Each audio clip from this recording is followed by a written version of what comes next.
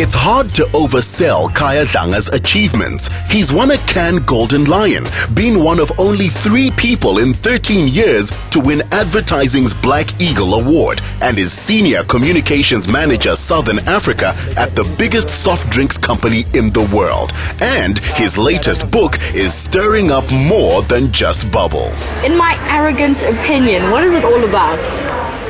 It's really about a various number of very arrogant opinions. So there isn't any particular subject. So it's got 3 parts. The one part is the good black. The second part is the angry black.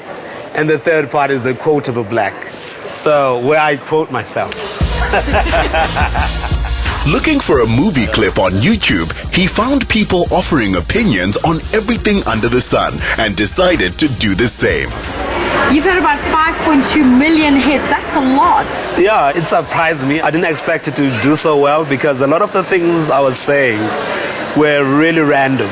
And I used to get a bit of feedback about why people liked it, like my channel on YouTube. They said they liked the fact that I was bringing a different aspect to YouTube because they hadn't seen someone from Africa, and all their perceptions of Africa had kind of suddenly changed. They're like, oh, they have the internet and they talk about the same things we talk about. So, and I think for them it was really a change of stereotypes. It really made them sit and think again about what it means to be from the so-called dark continent, which isn't dark at all, actually.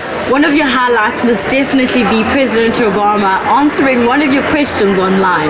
Yeah, it was ridiculous. I remember I got an email from YouTube, actually, from their head offices, and they were saying, you know, we really love your videos and you have a lot of views about American politics, and we're going to have Obama in the office. He was still running to be president at the time. They said, we're going to have him in the office and would you like to ask him a question?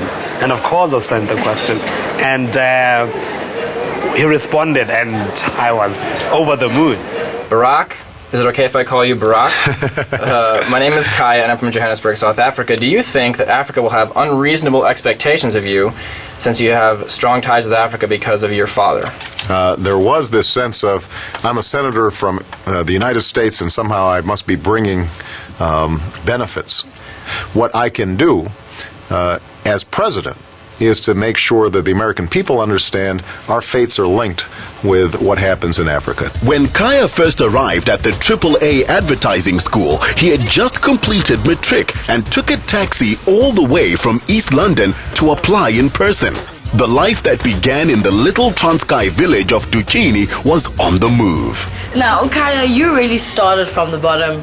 Started from the bottom, now we're here. I didn't realize you were going to take it. Started from the bottom, now we're here. So you can dance as well. I pretend to. I dance as well as most white people. Now, it's very hard for me to believe that you used to herd cattle. I mean, I can't imagine you going, with all the cows and sheep and chickens. Yeah, no, it was fun, actually, because I don't think that I knew anything else other than that. So for me, it was perfectly normal. Applying for his first job under work experience, Khaya said, I used to write slogans on township walls like Free Mandela and One Man, One Vote.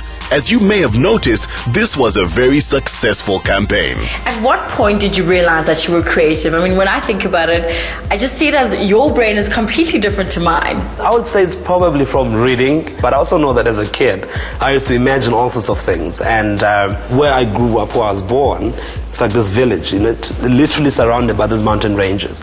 And when I was younger, I literally thought that's where the world ended. And I would imagine, like, what is beyond those mountains? And I also think because I come from a family of storytellers and optimistic people, and I think maybe that's where some of my creativity comes from. DJ and social commentator Anile Mdoda is amongst his greatest friends. And if Khaya drives 25 Ks for his favorite Indian food, he'd drive further for Anile's. So this is your secret weapon? Absolutely. You can see right here, but you know, she is the secret weapon.